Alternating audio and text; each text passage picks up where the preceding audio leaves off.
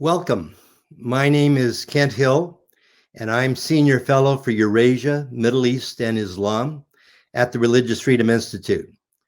The Religious Freedom Institute is committed to achieving broad acceptance of religious liberty as a fundamental human right, a source of individual and social flourishing, the cornerstone of a successful society, and a driver of national and international security. Religious freedom is important because religion is important, and both religion and religious freedom contribute to human flourishing.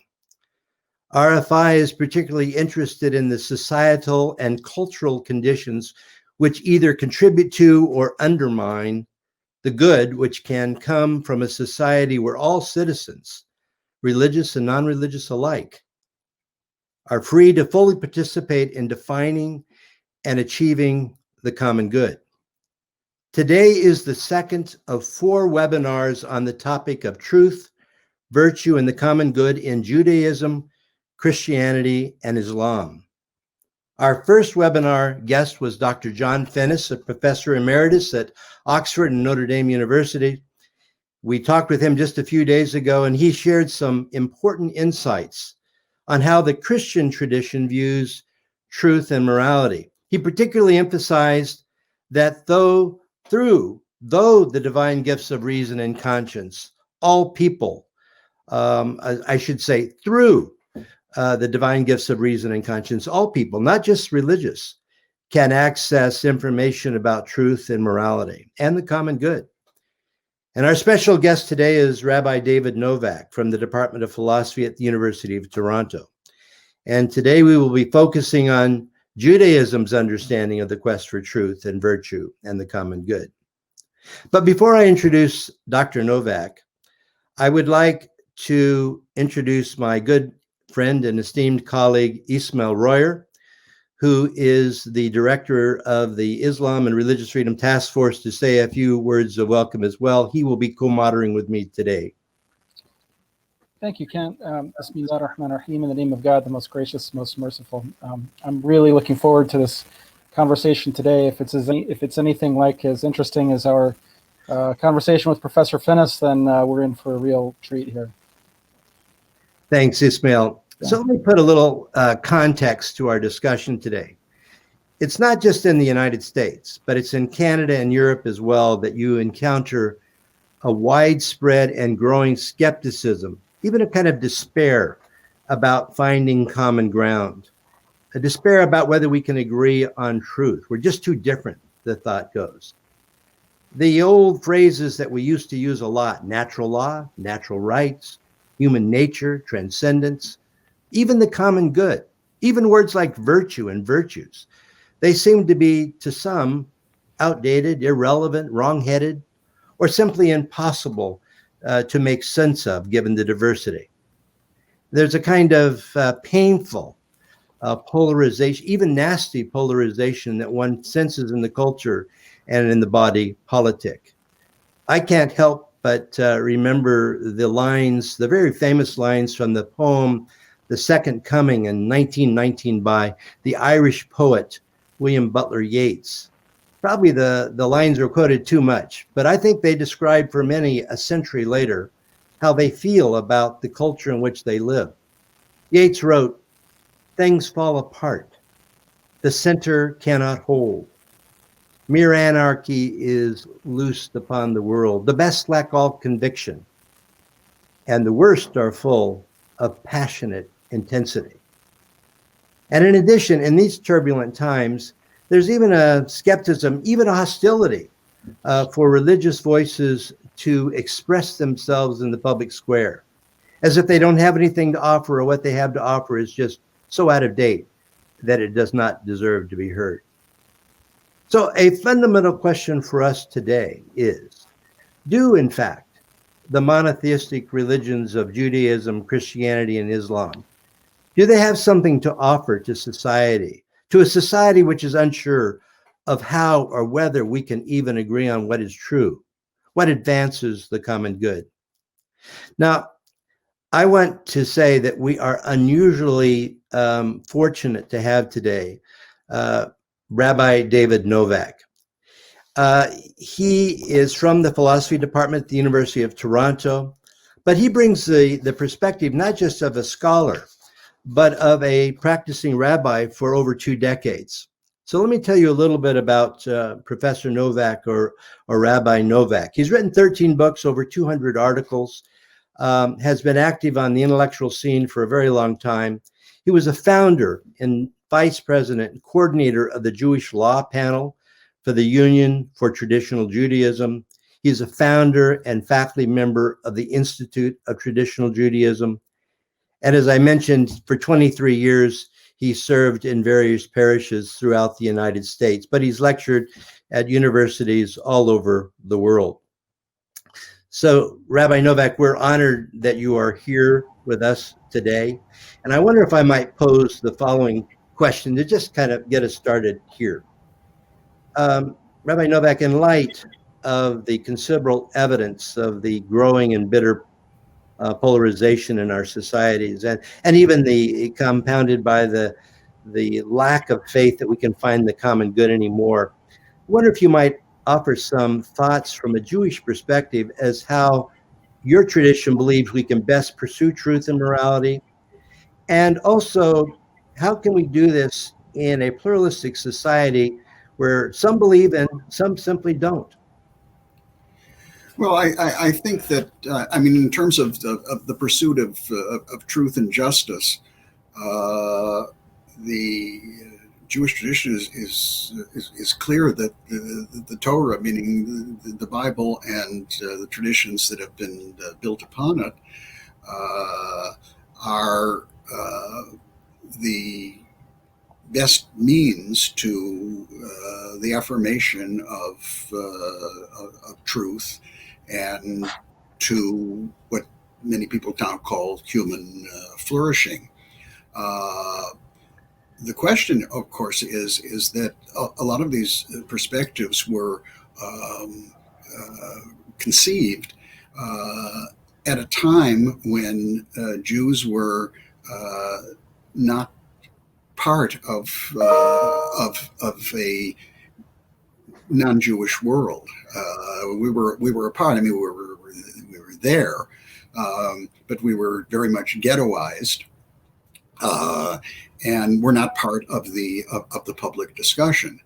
When at the time of the Enlightenment and the emancipation, especially the French after the French Revolution, when Jews became full citizens of secular nation states, then the first attempt of Jews was to simply kind of a Me Tooism.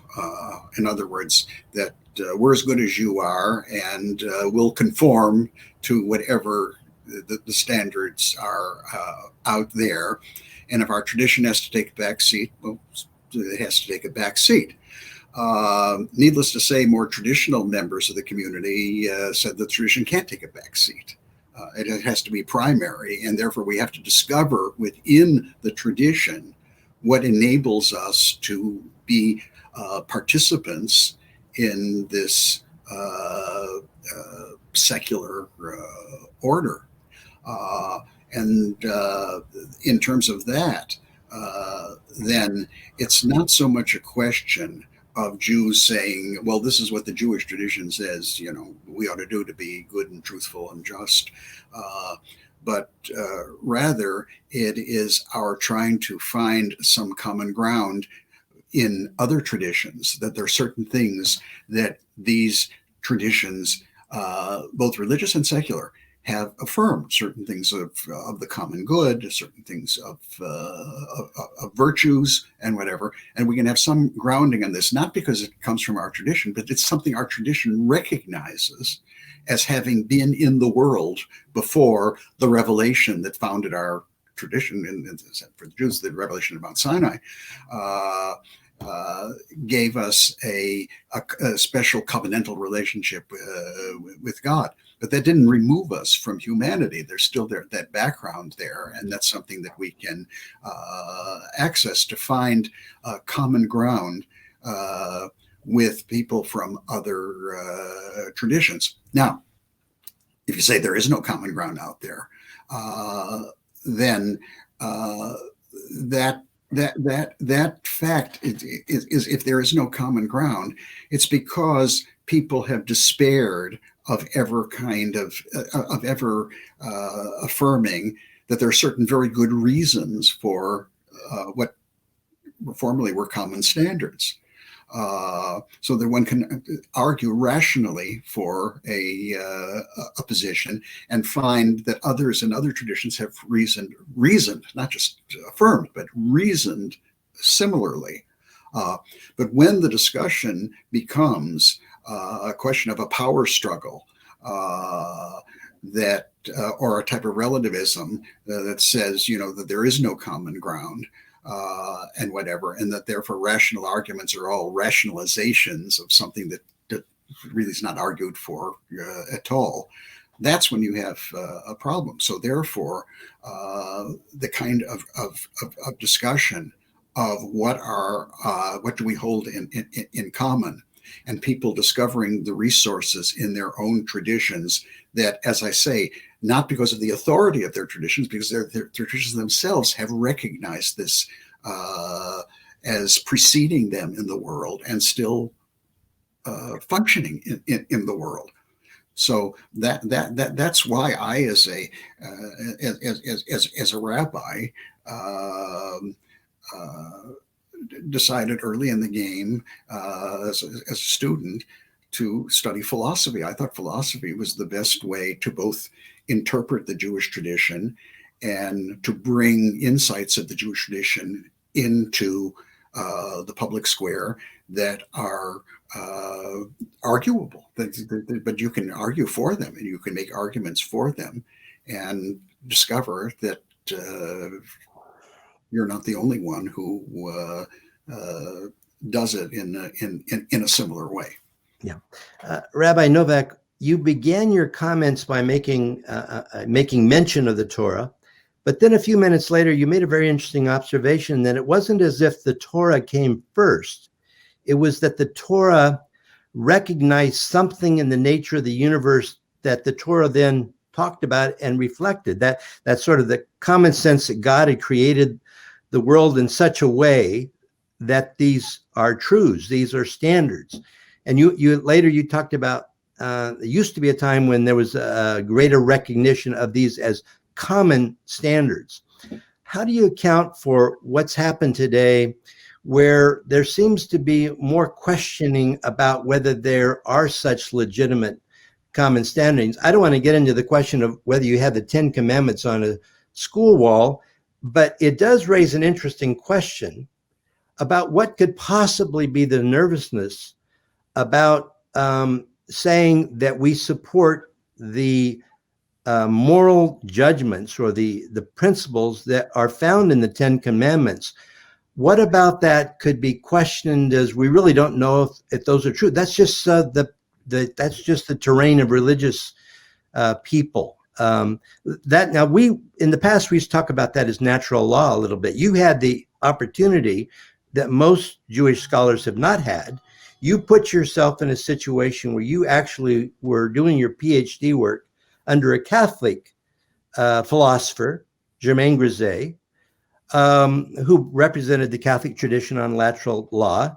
And I know your view of natural law might be a bit different, but I guess the question is, for whether it's the Catholic tradition or the Jewish tradition of natural law, how would they account for the fact that right now there's a nervousness about whether natural law exists for everybody or is just the reflection of religious views? Well, I mean, as the reflection of religious views, the difference between is natural law derived from religious views? And by religious views, we mean when we talk about, for example, Judaism, Christianity, and Islam as monotheistic religions, that's true. They affirm a one God. But they're also monotheistic religions of revelation. In other words, they look to their founding by God giving people something that they could not obtain by their own reason. So in terms of that, this is where they're beginning. However, what is it that in the world that prepared people, why could some people accept the revelation and some people couldn't accept the revelation? Like when Moses comes to Pharaoh and he speaks in the name of the Lord God, Pharaoh says, I don't know what you're talking about. I don't know what you're talking about. I'm in charge here, and therefore, and this was a society that murdered infants. So, in that way, it is the preparation is what was it in creation that made it possible for people to accept the higher law of God. Mm-hmm. And the example that I use. And I think this might be helpful, and there are analogs in Christian tradition and Islamic tradition, I know that, is that could a lawless mob of people just asserting power and whatever, would they have been in any position to stand at the foot of Mount Sinai and accept the higher law of God if they didn't have any notion of what law was or what justice was? If they had no notion of it, this would be like asking somebody to,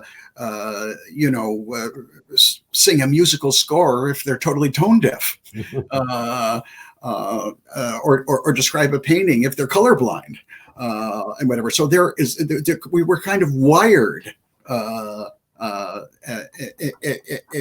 it were. Now, that only is a necessary condition. Doesn't mean that if you're wired that therefore you're automatically going to reach God. But a lot of people, secular people out there, are suspicious because when religious people talk about natural law or something the equivalent, a rose by another name is still a rose, as Shakespeare said. In the Jewish tradition, it was the term natural law wasn't used. It was used by some who were actually influenced by Thomas Aquinas. But what were called the mitzvot sikliot, the rational commandments, the commandments that, as the Talmud said, if they hadn't been written in the Torah, they should have been written there because reason would have, dictated that. People therefore think, and a lot of religious spokespeople have not been careful, that basically that natural law is derived from principles that are required to accept if you accept Jewish revelation, Christian revelation, Islamic revelation, and therefore this is just apologetics in the bad sense of that term. It's like Nietzsche's critique of Kant. He said, "Oh, he's talking about the secular morality. It's deep down, it's all Christianity. Who's he kidding?" That is when that it's derived from it, or that it's really a proselytizing gimmick, if you will. In other words, the natural law is supposed to lead you to inevitably to Mount Sinai, whatever. So that therefore you're getting us into it's like an expression they used to use in the retail trade, a leader. You have one item that's attractive, you get the people into the store, and then if they'll buy that one item, well, they'll buy other things as well that are less attractive. And that's the suspicion. And that's what religious, what theologians, what's a theologian? A theologian for me is a philosopher who's talking about the religion that he or she believes in. That's what a theologian is. So in that way, therefore, the task is to argue for it for natural law as a precondition, not a ground of your revelation. And the purpose of your revelation is, the purpose of natural law is not to bring you into revelation automatically. It's simply to prepare you for it But if you're not prepared to accept it, you're not. And if you're not willing to accept it, you're not willing to accept it. And we can't say that there's some inevitable causal logic there, that requires to you. And that is where I think the discussion has to be. And I hope that in some of our future endeavors, Right. That questions like that will be raised. Yeah, I'm going to let. It's very important. It's very important that it used to be a Jewish-Christian dialogue. It's now Muslims. It's now a trialogue, which is wonderful. But it should not be. Now the task is to, in some way or other, include in the discussions people who do not have an overlapping revelation, don't have any at all, or any that one could recognize, and to include them in the conversation where you are neither obsequious, in other words, okay, we'll show how secular we are, or triumphalist and saying, hey, look, we've got the truth, and now we're going to, get you into the waiting room and eventually operate on you. I know Ismail's got a very specific question here, but a very short question. Sure. How would you distinguish between enlightened self-interest and revelation? And the reason I ask is because if the Torah or the moral law is in the end enlightened self-interest, I suppose some might argue that you don't really need God. You don't really need transcendence. You don't need revelation. It's just there. It makes common sense. But from the standpoint of Judaism or monotheism, is there some distinction here that's terribly important to realize? Well, I don't know whether self-interest should be the factor. I mean, self-interest can get you to do all sorts of things that are not are out of are contradicted by both natural law and revealed law. I think that rather is that human beings, and here's where rights theory, I think, is important. Human beings, I think, can understand the legitimate and illegitimate claims that other human beings are making upon them. And we can have discussions of what these claims are and what these claims are not. Human beings cannot, however, understand God's claims unless God makes those claims upon us in Revelation. And all that we can say is that that those who don't think there is God, or if there is God, it's a God that we cannot relate to, and whatever, are missing something, and something that they have to, nobody was ever argued into faith. All we ask of them is that they don't eliminate us from the conversation any more than in the past most of us eliminated them from the conversation. And I think that there are some hopeful signs out there of a certain degree of reasonableness and that have to be developed. Ismail? So, Rabbi Novak, I have a question regarding the good. When we talk about the good, the common good, in Islam and in Christianity, or Catholicism at least, the concept of the good is understood in terms of happiness. That is, the happiness that comes about in this life from a well-ordered soul that obeys the virtues, and also it's understood to mean happiness in the next life.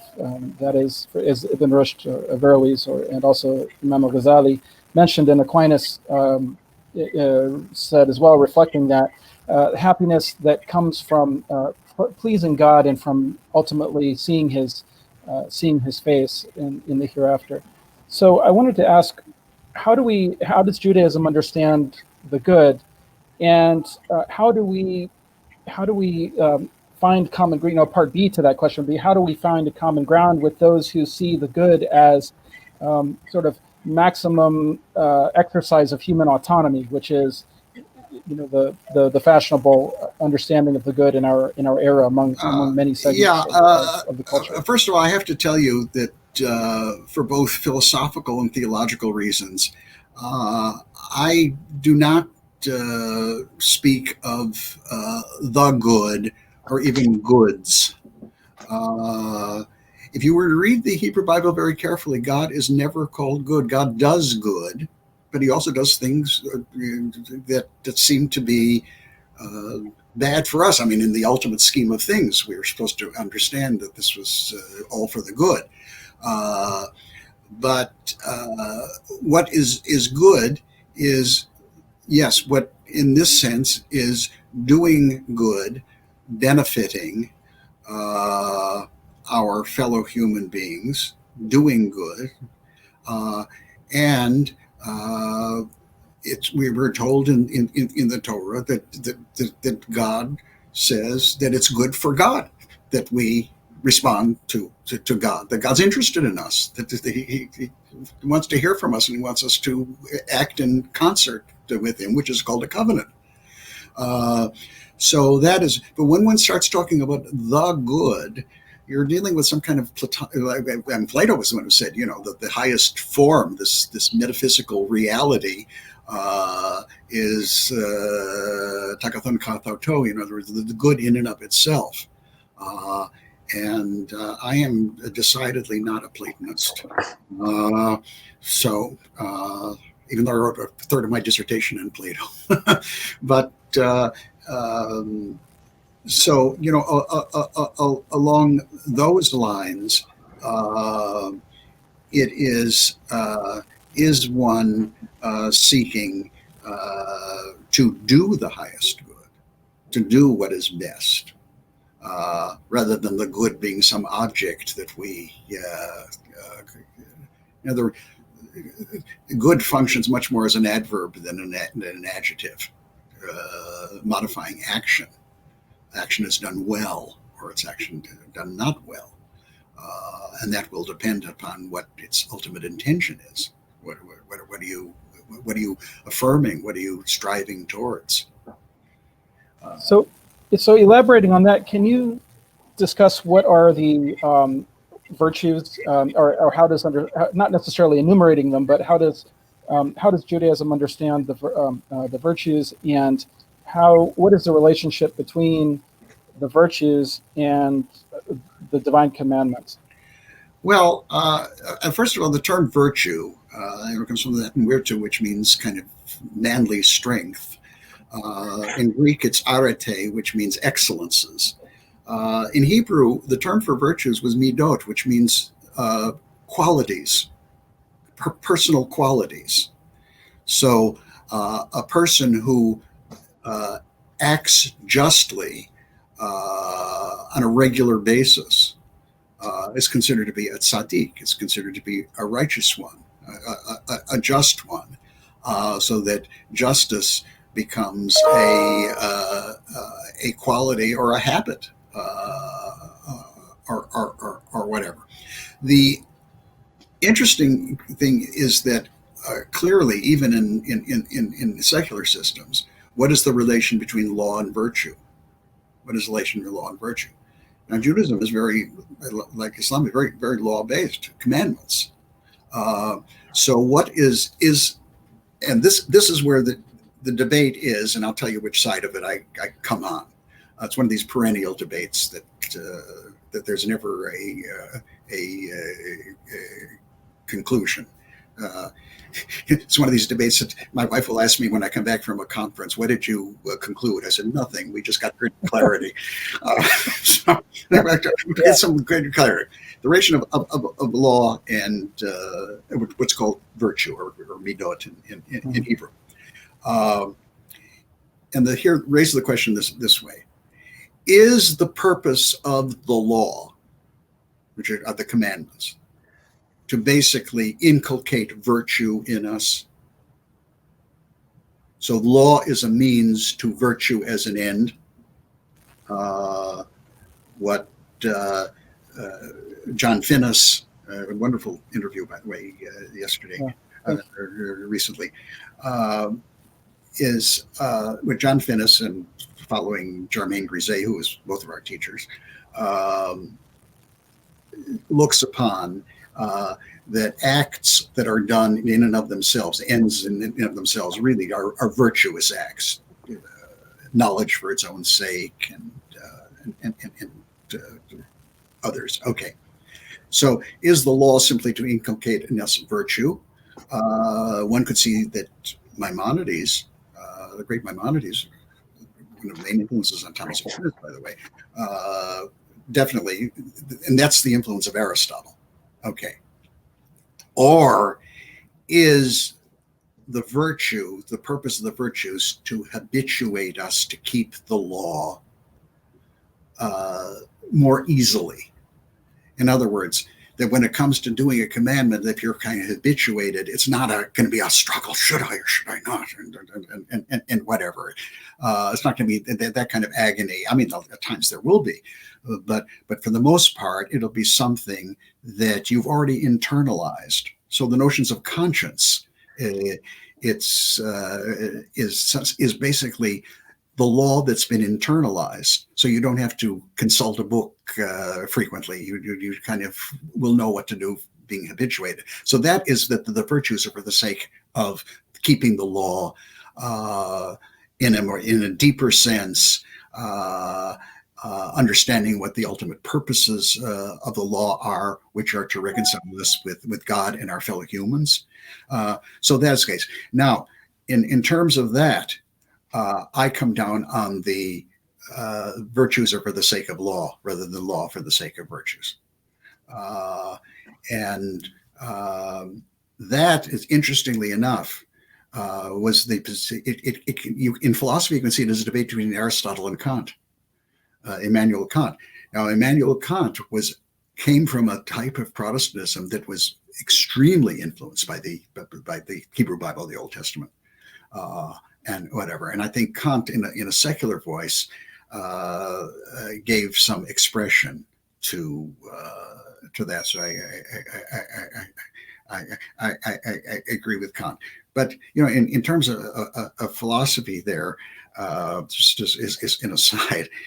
I tell people, I said that really the philosopher that I've engaged with the most is Immanuel Kant, but still the philosopher I love the most is Aristotle. So, is it possible, Rabbi Novak, and then I'll hand it over to Kent, but is it possible that these two views of the relationship between virtue and law are not contradictory? In other words, that that on the one hand, virtue serves the law, and that on the other hand, law inculcates virtue. Well, if you look upon they're both sides say that you need both of them. Right. The question is the ordering, I see. the relation. Yes. If virtue is kind of like ideals, and laws kind of living according to moral principles, it always reminds me of what somebody said about Woodrow Wilson, President of the United States. He said he was a great idealist who had absolutely no principles.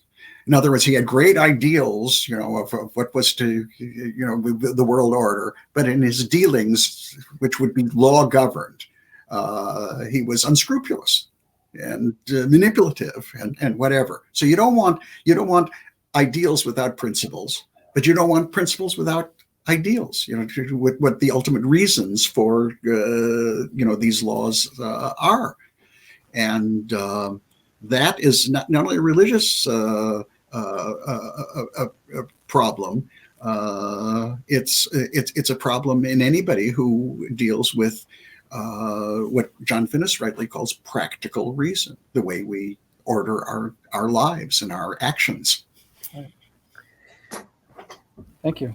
I want to return again to a question I started with about that I said was important for us to discuss is whether, in fact, the monotheistic religions have something to offer us in society today.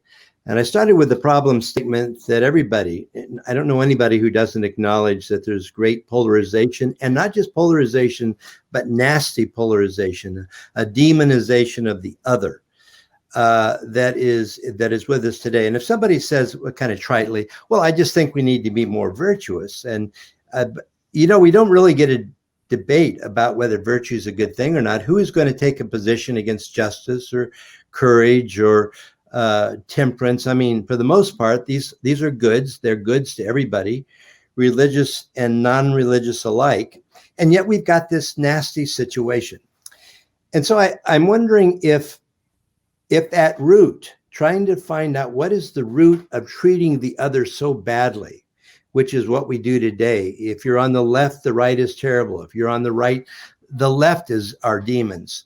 There's not the dialogue that I remember growing up in academia. I was in some situations sometimes where we were involved in discussions with people far left and far right, but we could have dinner together and have a reasonable conversation. People don't find that as much.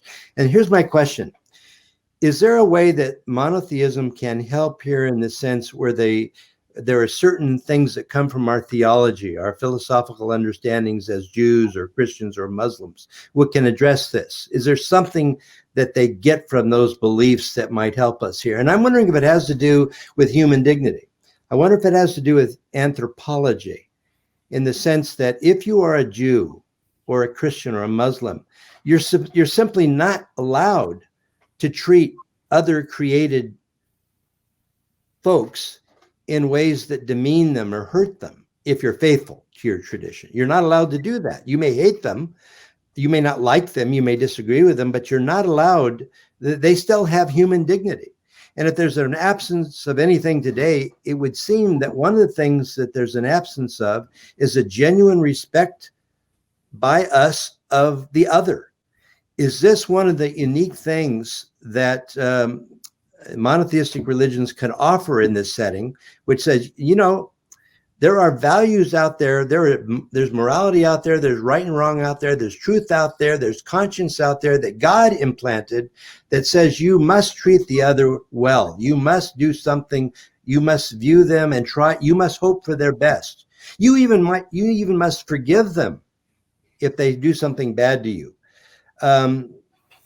Is the wrong notions of human dignity out there that's slipping away? Is it slipping away because we're becoming less conscious of the demands of the transcendent on us? Well, I think that the way you talked about human dignity and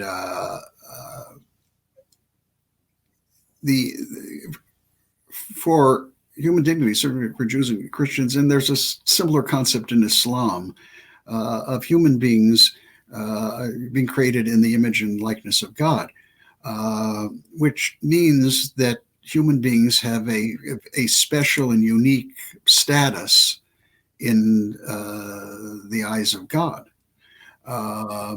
So if that is the case, that human beings have a unique status in the eyes of God, then even though our respective religious communities, be it the Knesset Israel, what's called the Congregation of Israel, be it the Ecclesia, the church, be it the Ummah for Muslims, which is a community which has a special relationship with God. But it's despite the fact that they have this special relationship with God, it does not mean that God has lost interest in the rest of humankind.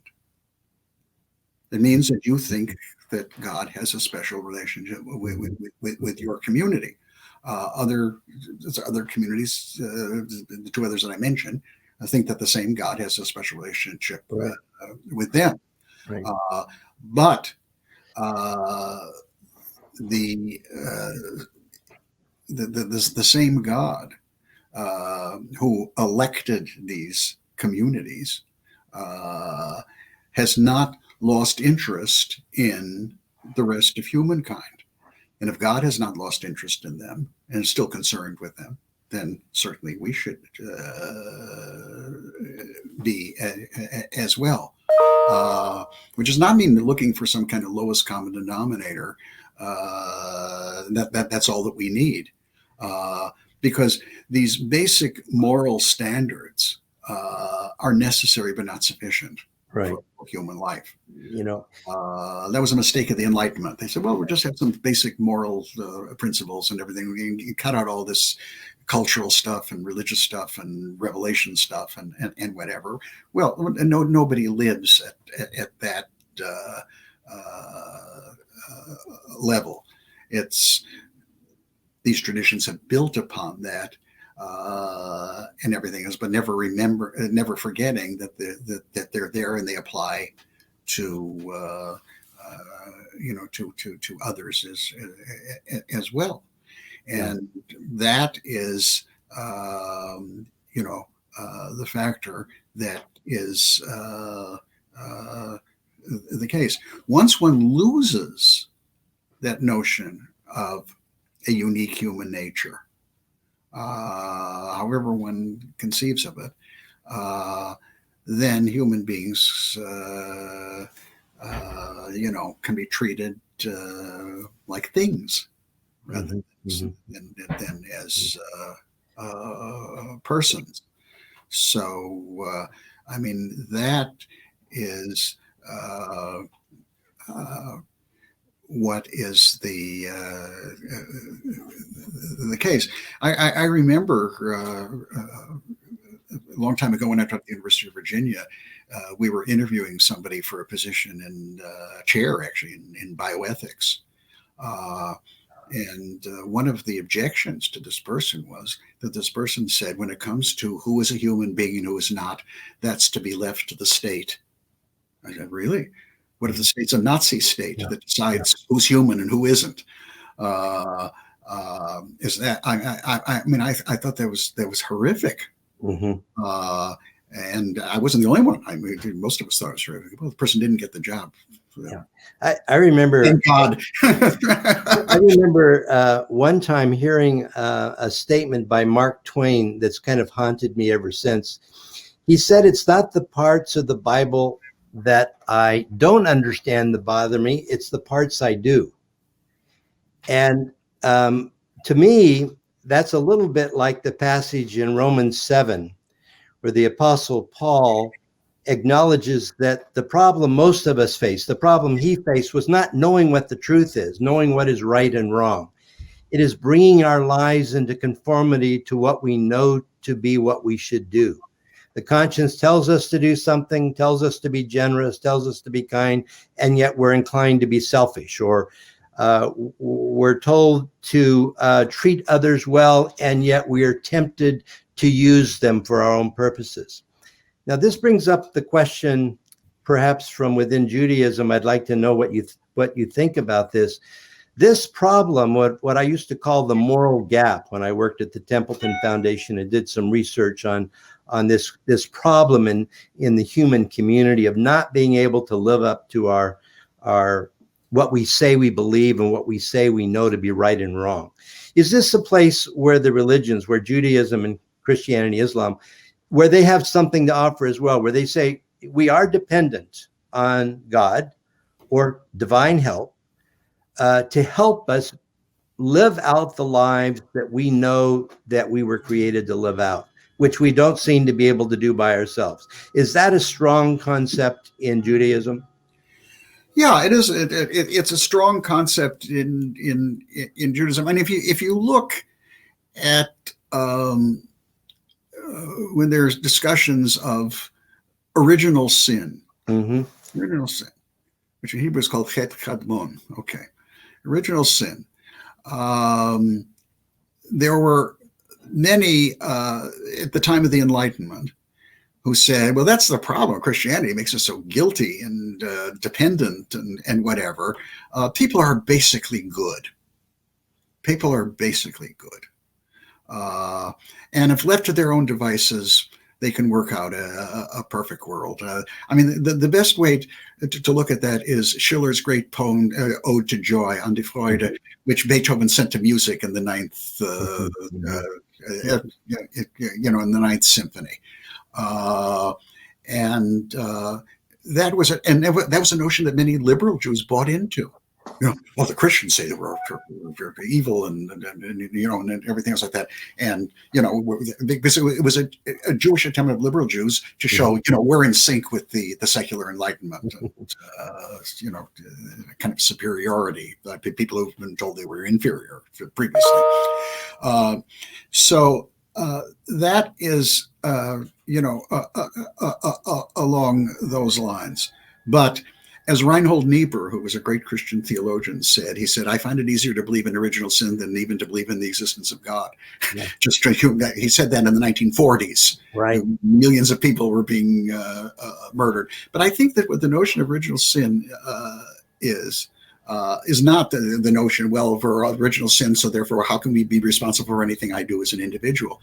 Original sin simply means that human beings, without the help of God, through both revelation and also ultimate redemption, are just going to not make it. They're going to fall apart. Yeah. And whatever. But that's not something that we should make as a precondition for entering into the conversation. Right. If people want to know why we're hopeful in a world that seems to be hopeless, that's what we hope for. In other words, that we can't make it. There are lots of things we can do on our own, and we should do on our own. But in the full scheme of things, we need God's help. But God's help is not, coming down from heaven and just, rescuing us. It means that we cooperate.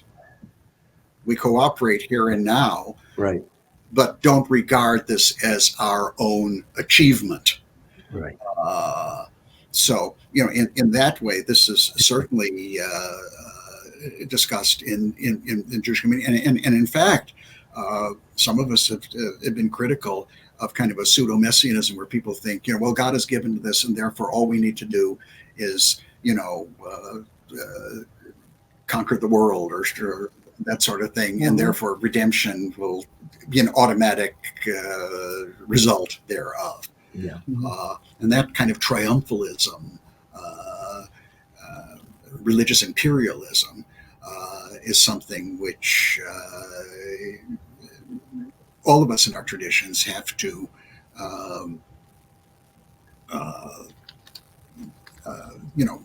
be be careful of and limit. Yeah.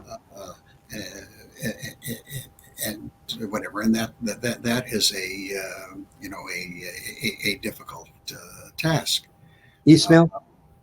Yeah. Thank you. So you made a really interesting remark that about the state defining who is a human being, and I have put a lot of thought and reading into the sort of progress of civilization from and human civilization from a transcendent-centered civilization to, with the Enlightenment and the ideas that preceded and were subsequent to that, the imminent turn, as Eric Vogelin discusses. He discusses how we no longer look to the divine as the source of order, and he mentions America, the United States, and he mentions the United Kingdom as being bearers, the sole remaining bearers of this civilizational substance, which is has some sort of orientation towards the divine and its foundation of order. And I'm reminded of Justice Kennedy's statement in Planned Parenthood versus Casey, where he says, "At the heart of liberty is the right to define one's own concept of existence, of meaning, of the universe, and the mystery of human life." And in that phrase, he explains essentially why the court is going to find that there is a liberty interest to terminate a fetus. Now, not getting into the issue of abortion and so on, but this does seem to represent the state deciding what is life. And even though he's trying to avoid saying what is life here, by saying that that's up to the individual and their autonomous exercise of their will, that is essentially up to everyone else. That is the state saying, because if the state were saying here that life is a fetus is alive, then he would not be able to say that it's up to every individual to decide that. And so, by trying to avoid making a value judgment behind the veil of neutrality, he is essentially making a value judgment. And his definition of liberty there, of course, is very different than what the founders would have understood to be liberty, because they were so informed by a natural law understanding. So what I wanted to ask you was, how do religious people who continue to hold to this natural law understanding of whether, again, as you said, whether we call it natural law or we don't, we continue to hold to this divinely centered understanding of human life, of dignity, of what is good. How do we interact in a society, and particularly with a government and with a state that has today a very, very different view from us? And what is our responsibility towards others and towards the public to try to restore that civilizational substance without, at the same time, as you mentioned, just bringing people into the operating table or into the waiting room and operating on them? What is the balance there? Well, Justice Kennedy's statement, everybody defines human existence for themselves, is almost ridiculous.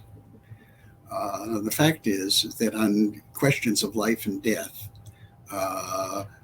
we do not allow everybody to decide for themselves. We have to have some kind of common standard. The best example of that is the question of who's dead. That's a big debate in bioethics, who's dead. Now, you have to have some kind of common standard, and that common standard has to be rationally arguable. You can't have it in a hospital that patient B, because of his or her view of what his existence is alive, but patient A, who has a different view, is dead. You just couldn't run a public institution with that kind of private notion.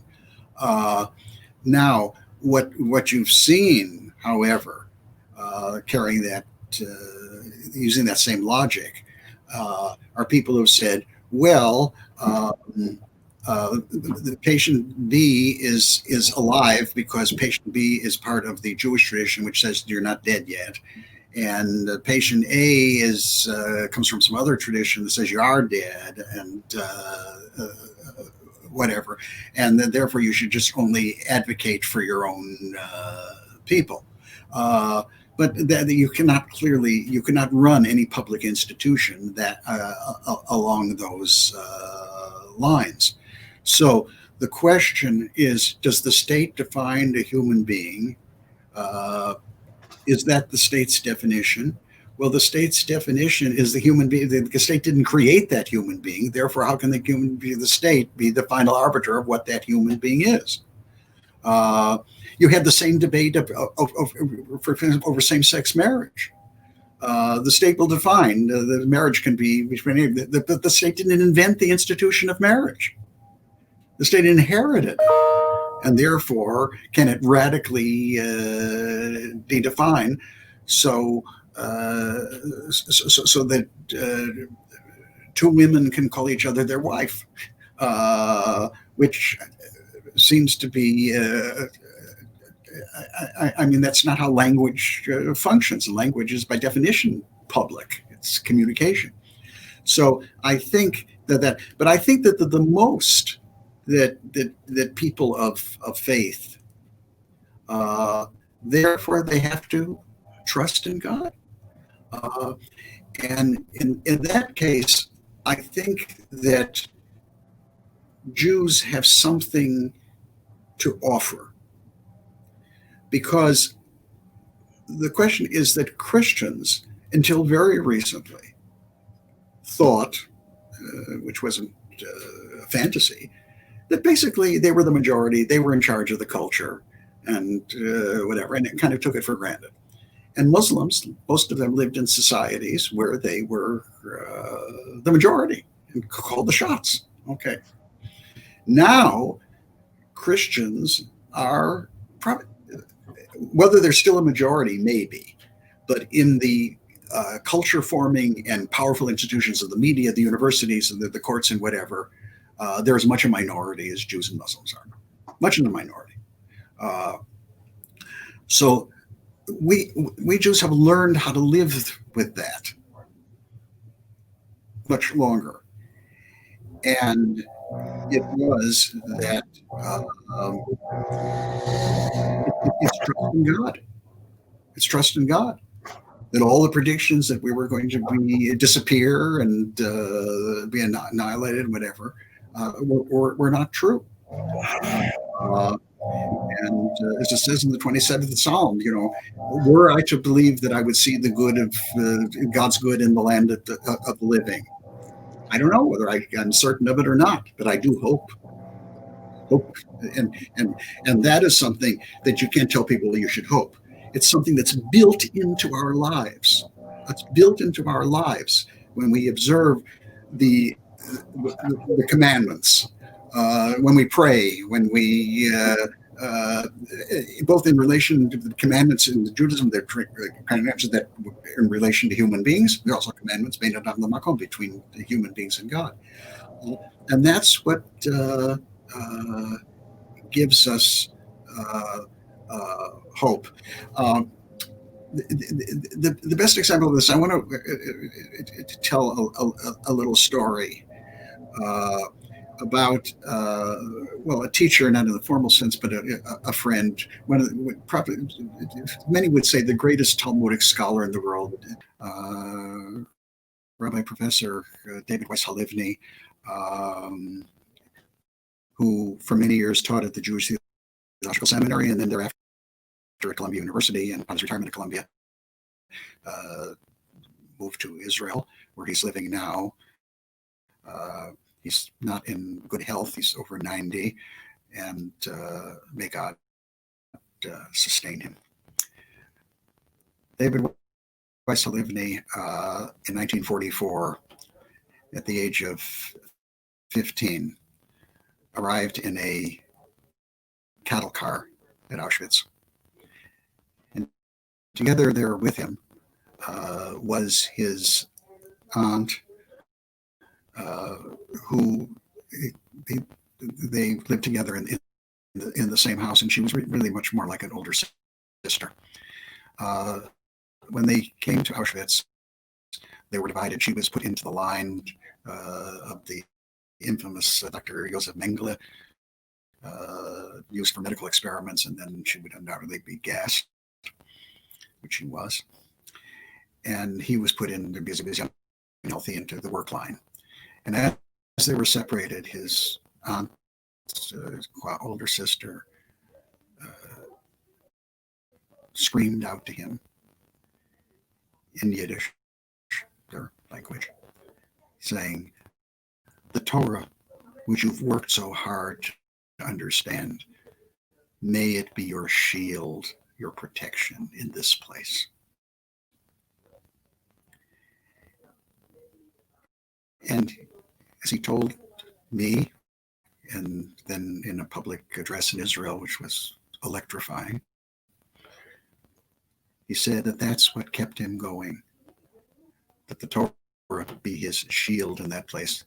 Not necessarily that it would protect him, because he didn't know whether he would live or die, but that would be the purpose for which he would survive. And even if he didn't survive, the Torah would survive, and there would be others who would devote themselves to it. And that's what he devoted himself, and that's what he saw as the reason, the substantial reason for Jewish survival during and after the Holocaust. And that message that came from him is a message, I think, that could be said in the name of the entire Jewish people, that our survival during and after the Holocaust, not only our survival, but our living and even our flourishing, has been for the sake of the Torah, to give the Torah a true place on earth.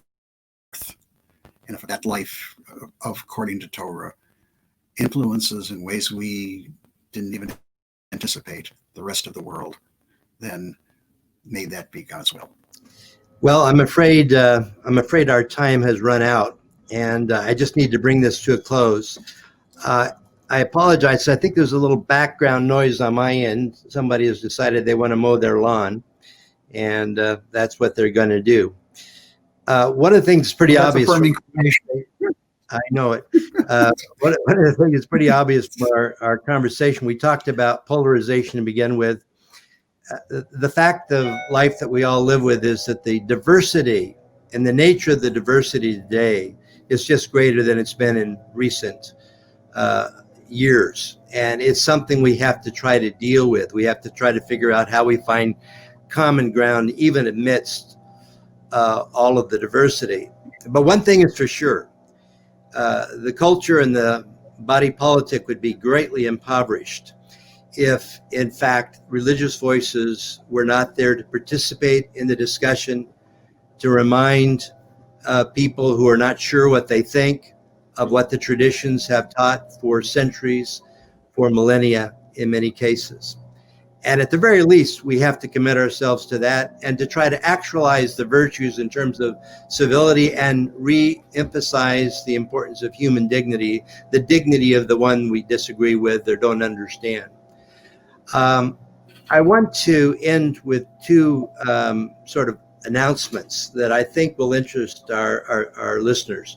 This is only the second of 4 Virtues webinars. The third is going to be in January, and it's going to be with Sheikh Hamza Yusuf, the president of Zaytuna College in Berkeley, California.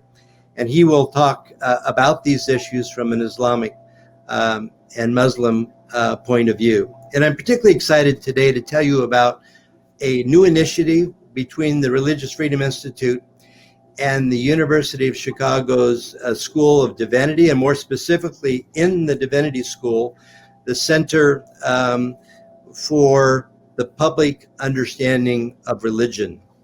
What we've decided to do, we're going to collaborate on a major symposium that will be in May. We're working on the dates right now, but we believe it's going to be in May, and it's going to be involve 8 scholars from each of the 3 monotheistic religions. And together, they are going to discuss issues like we've been talking about here. They're going to ask questions about what's happened to notions of virtue and the common good and pluralism, and what do the traditions of Judaism, Christianity, and Islam have to offer to that discussion. There's even discussion now with Dean David Nierenberg at the Divinity School there as to whether we can make this an event where there can be observers from the outside, from across the country and the world to listen in. And if we can do that, I think that would be absolutely terrific. So I wanted you to know about those 2 upcoming things. And by the way, there'll be a 4th webinar, hopefully at the end of January, which will involve Professor John Finnis, Rabbi David Novak, and Sheikh Hamza Yusuf, all together having an hour-and-a-half conversation about these critical issues. So let me end this by expressing our great appreciation, Professor Novak, Rabbi Novak, for your insights today. They've been very, very helpful, and we're so thankful that you were with us. And I want to thank our viewers, too, who've shown interest in this and the last webinar. And we look forward to the next time we're together to talk about these important issues. Well, Thank thank you. you for having me. And this is the first step in a process that you've pretty much outlined. And I'm grateful for having been included and to be included in future events. It was Yes. a privilege, and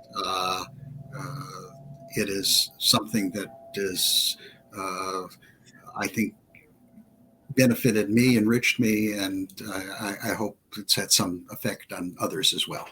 Right. Thank you, Rabbi Novak, and thank you, Ismail, as well. So much.